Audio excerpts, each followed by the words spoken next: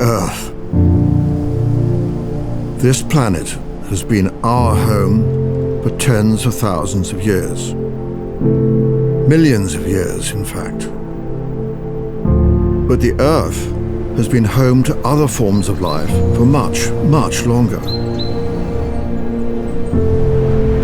We humans could never get our heads around a time span that vast. And yet, we can still see its effects. The quarry looms between the trees, a window into the past. The quarry is a deep-down time machine. Look at the rocks. You can see the literal waves of the enormous Triassic Sea washing across the ground. And there may even be more to discover. This era lasted 50 million years, which would lead to a group of species that would dominate the land for the next 170 million years. That said, in the water, they had to submit to another group of animals, the ammonites. You'll find them throughout the layer of limestone that was formed at that time, kilometers deep at the bottom of the sea.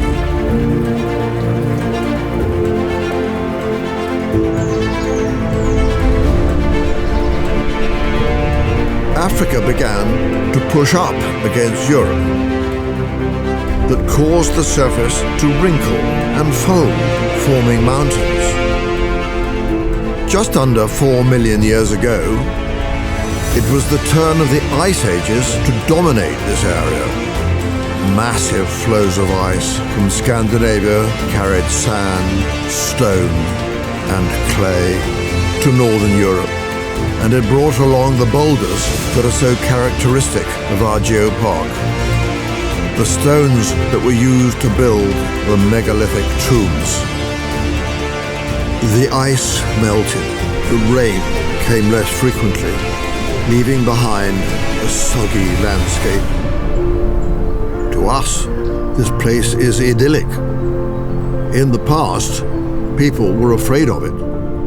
The marsh was neither water nor land, constantly shifting.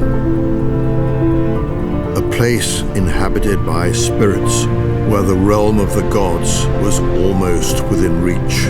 Who knows what is still lying here, waiting to be discovered? But not all the quarries and sandpits are active now. We've discovered that when we leave them in peace, the sites develop a vast new biodiversity.